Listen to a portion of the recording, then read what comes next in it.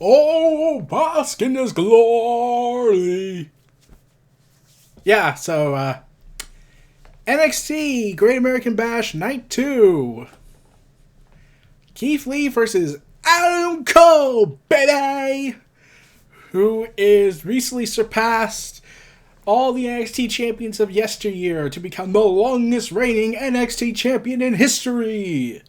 Which means, naturally, that means he's going to drop the title, because for some reason that's a recurring theme whenever there's a long reigning NXT champion. And, like, when Balor won the title, he held it and surpassed Neville back then when Pac wasn't a thing yet again. But here's the thing. So, what happened was, after Balor was announced to be the longest reigning champion, he drops it to Samoa Joe. And now you have Keith Lee, who's on the rise. And once again, this is the theme of a gigantic big man, and with impressive agility and ways of moving as a cruiserweight, even though that should not be physically possible, yet they're breaking the laws of physics, taking on a small vanilla midget in the eyes of Kevin Nash. And anyone else who deems that guys like Adam Cole and Finn Balor can't beat big guys like Lesnar or whatnot. I must stress, Lesnar did tap out to somebody using a crossface. I will not mention his name for the sake of sanity. But I will say he did tap out. There is evidence of that all over the place. Back when Lesnar was a full-time competitor. Oh, and also Eddie Guerrero. So,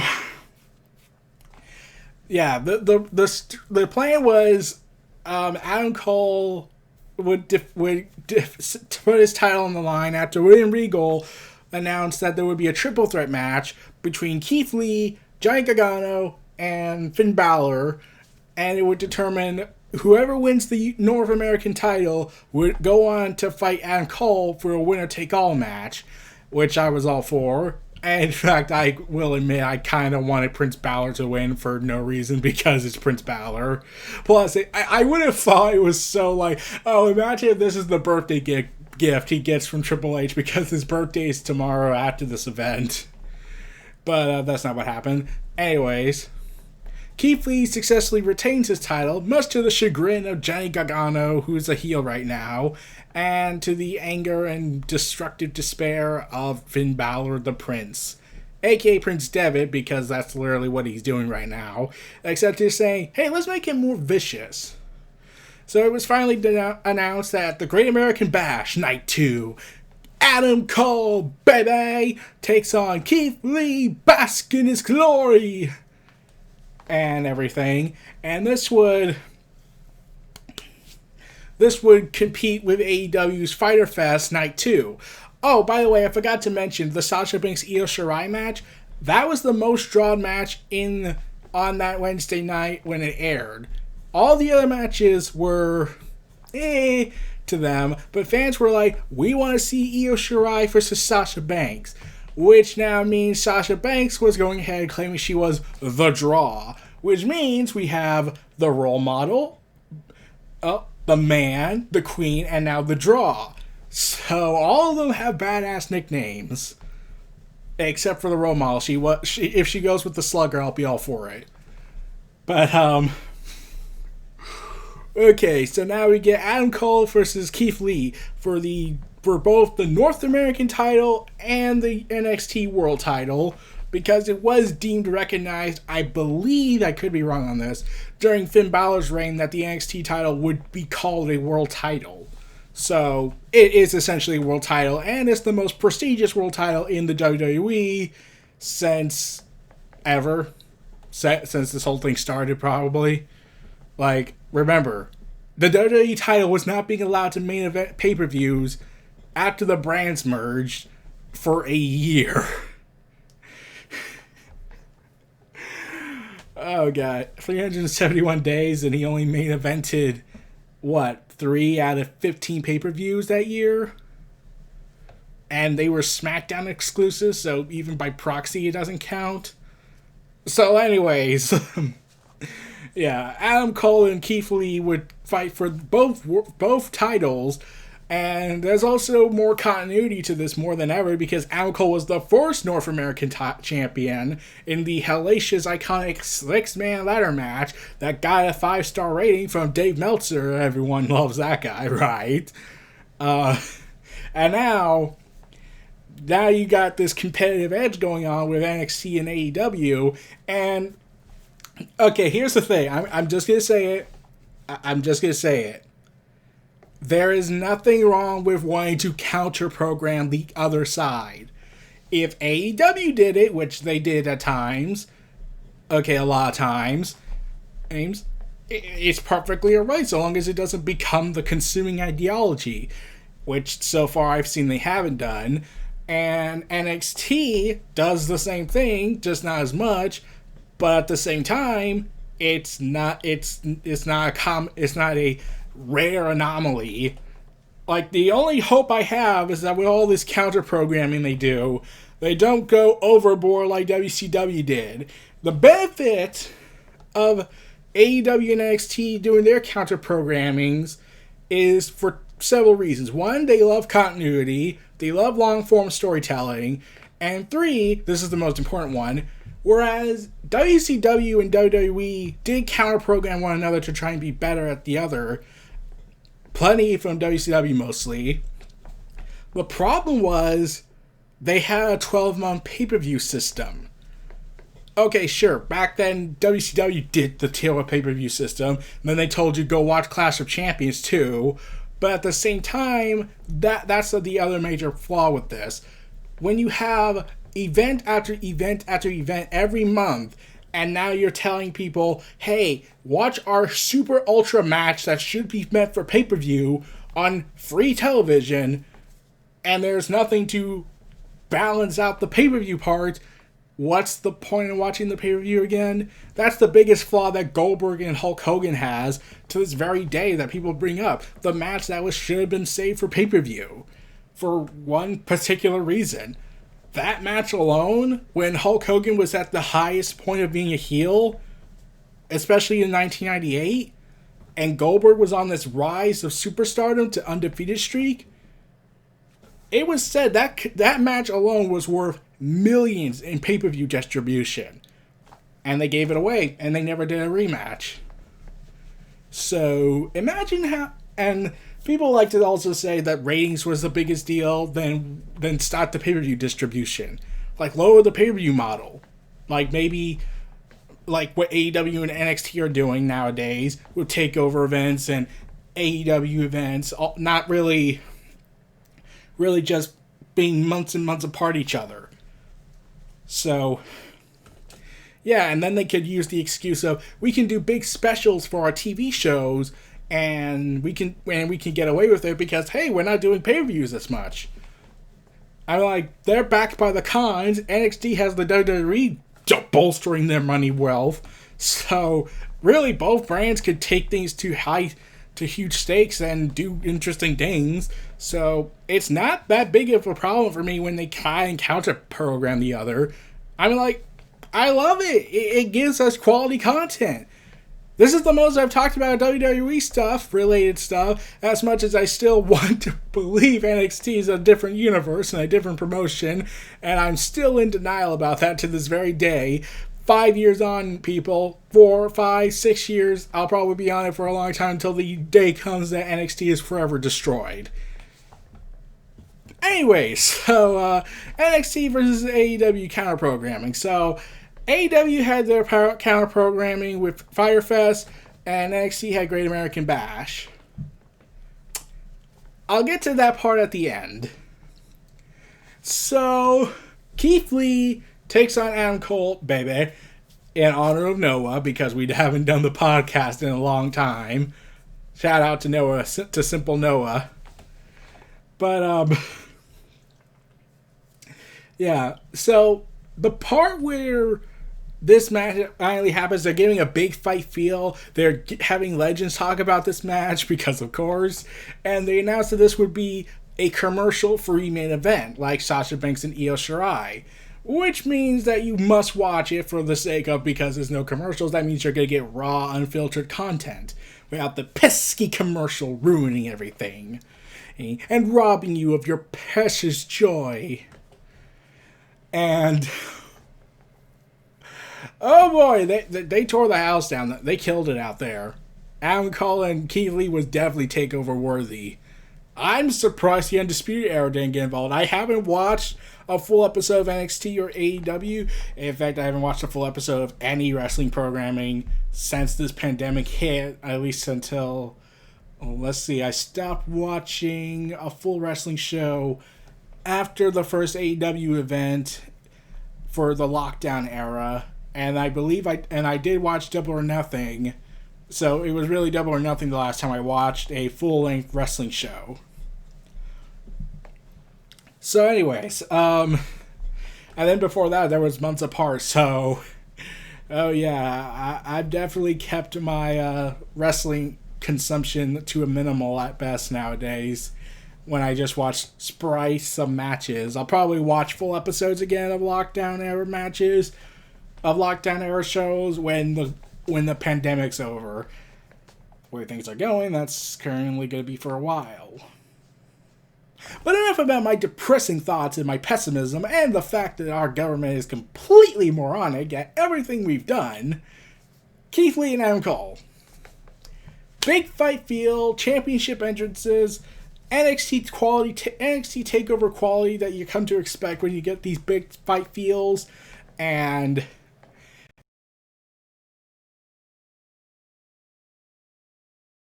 they're doing.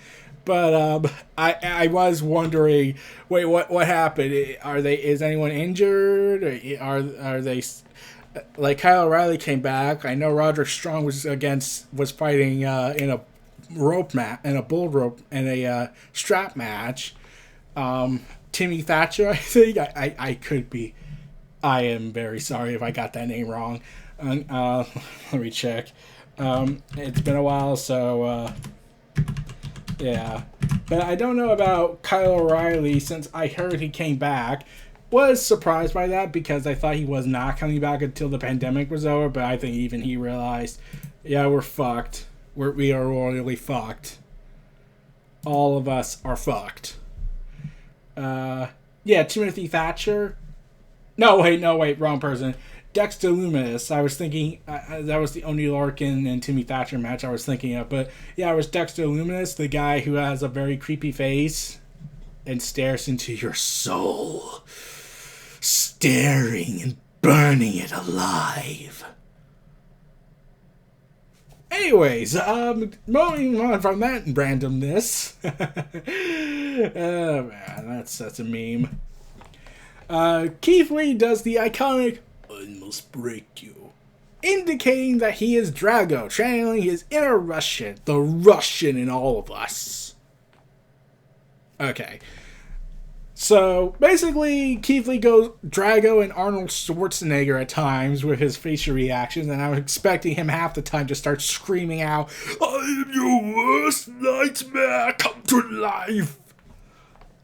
Because, let's be honest, could you really imagine Keith Lee really doing that? I can actually imagine that. My one regret about this match is that Dominik Dijakovic has been called up. So we will not get the dream match of an NXT Trilogy World Title match between Dominik Dijakovic, and Keith Lee. At least we got the North American title match with it. So Adam Cole and Keith Lee tear the house down, and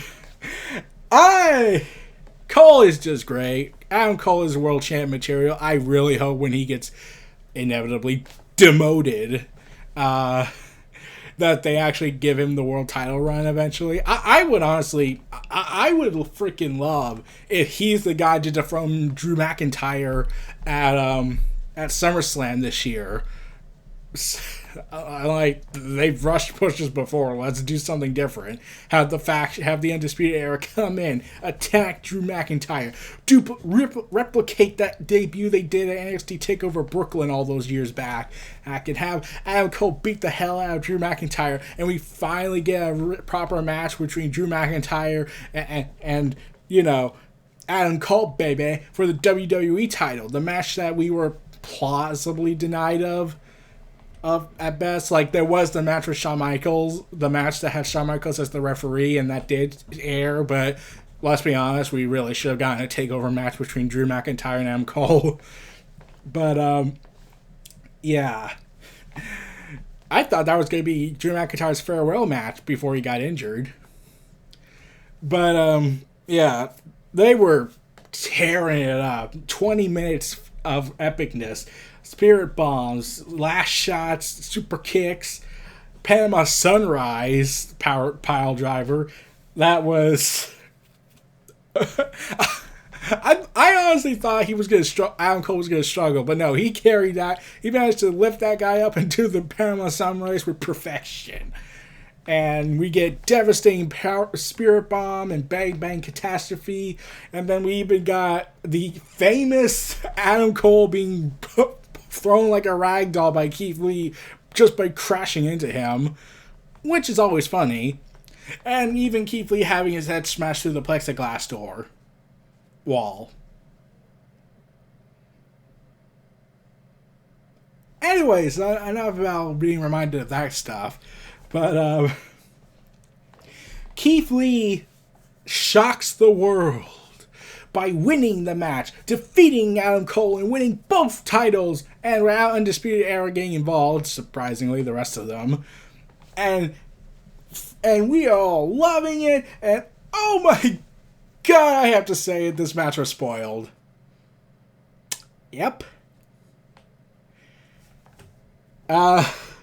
Now, you're probably wondering, you're probably saying, well, shows get spoiled all the time. Firefly Fest was taped, NXT Great American Bash was taped, except you want to know the major fuck up with all this? That was the biggest problem that AEW and NXT had for these last 2 weeks, because they taped them and the shows got leaked.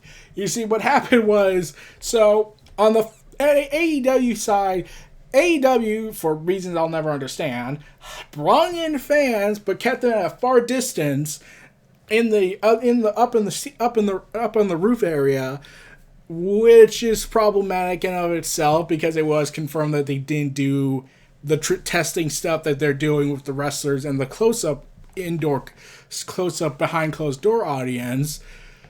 Disappointing. I'm hoping they correct that. And a fan who tested positive for the COVID there, I hope he was away from the roster and from everyone else when he did that. So anyways, the person posted the entire spoiler information of the Night 2 Fyter Fest. So I was like, well, that's screwed. And I will not get into details on that stuff. If you haven't seen Fyter Fest 2, I will not tell you what happened.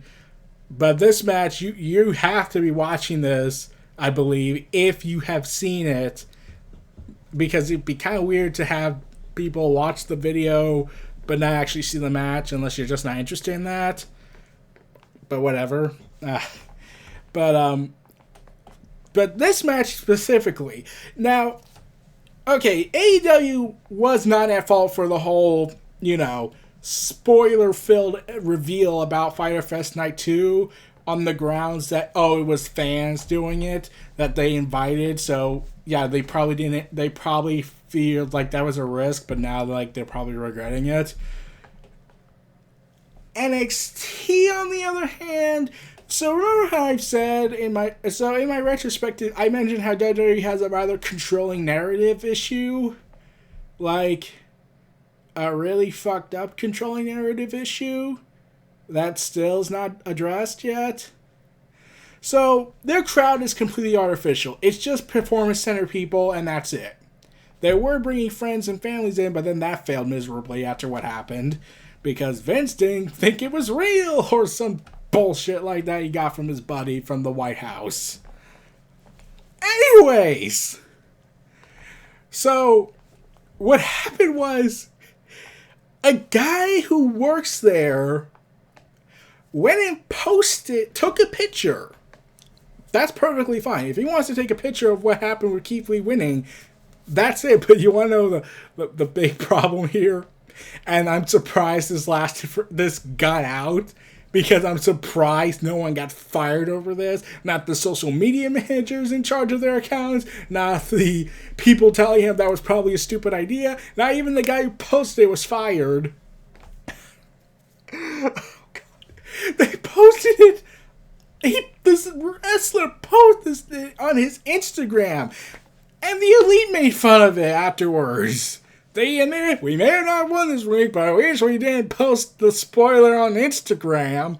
I was like, okay, guys, I get you're laughing at this, and I know WWE shots at your shtick, but it's kind of, I mean, like, it would probably be more funny if you guys acknowledged that, someone infiltrated our area and posted the spoilers for the night 2 of it. Redo the show! Like, they could have done that and acknowledged the Firefest leak, but that's not what happened. But, I heard this and I was like, oh, you fucking serious? Oh, God, what? And WWE was pissed when that got out. But everything started coming out saying, oh, no. Like, the match between Dream and Gargano, I will not mention his full name, went ahead and had their North American title match last year.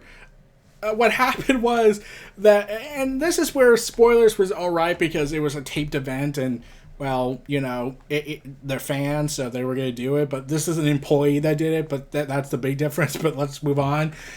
They filmed 2 different endings to that North American title match from last year. And there is video evidence and screenshot evidence that, yeah, they did film 2 different endings. So it came out that, oh, Triple H anticipated this, so he made 2 different endings. Adam Cole wins and Keith Lee wins. Really, it came down to which one would they go with. So there's still an incentive reasoning to do this, but that was the main event. Fyter Fest had the whole show spoiled to them, and the matches, I haven't watched any of them. I'll probably get around to it, but I've just been watching bits and piece matches. I'm not really watching the whole shows. But the problem was Fyter Fest doesn't have matches with big, massive stakes going on. They're just big, long-term matches for bigger storylines and big title matches that you knew weren't going to go one other way. Whereas the main event, in NXT, was going to go one way or another. It could have went one way or another. But, yeah, the fact that this leaked, that was, oh God. And there was one more problem, and this really pissed me off when I heard this. Chris Jericho posted the spoiler as well, posted the photo. And I was like, Jericho, what the hell were you thinking, man? I like you, man. You're awesome. You're a creative man. You're a performer, a great performer who adapted with the times, but come on, Jericho. What the hell were you thinking? I love AEW. I love the shots you give to WWE. But to post the spoiler information like this main event, just so you can drive viewers away from NXT to AEW, is a WCW tactic that, while it worked for a time, it didn't work forever. And then when they realized, oh shit, we went too far, they stopped. And I was like, and I'm thinking to myself, Jericho, oh God, oh man, what were you thinking, man?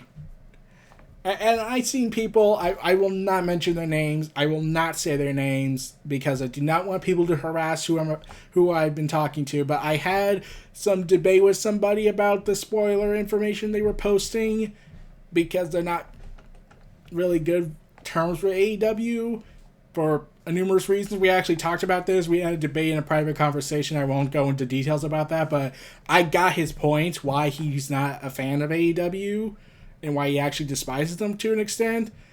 but I still felt like it shouldn't. But that if you hate them that much, why are you trying to ruin it for everyone else?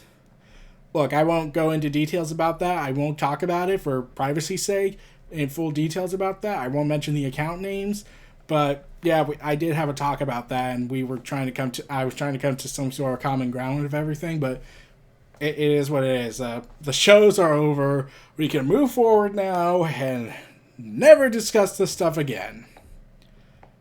So, anyways, Keith Lee is now your dual champion, while Karen Cross and his beloved Scarlett watch from the ceilings in cold calculating fashion. Yeah, that was another thing. I thought for sure they were gonna. I think, while it is suggested he's looking to take on Keith Lee, I get the feeling Adam Cole's first because they had Scarlett come out one week on NXT with a clock, with a sand clock, with an hourglass. I don't know what the hell was I thinking.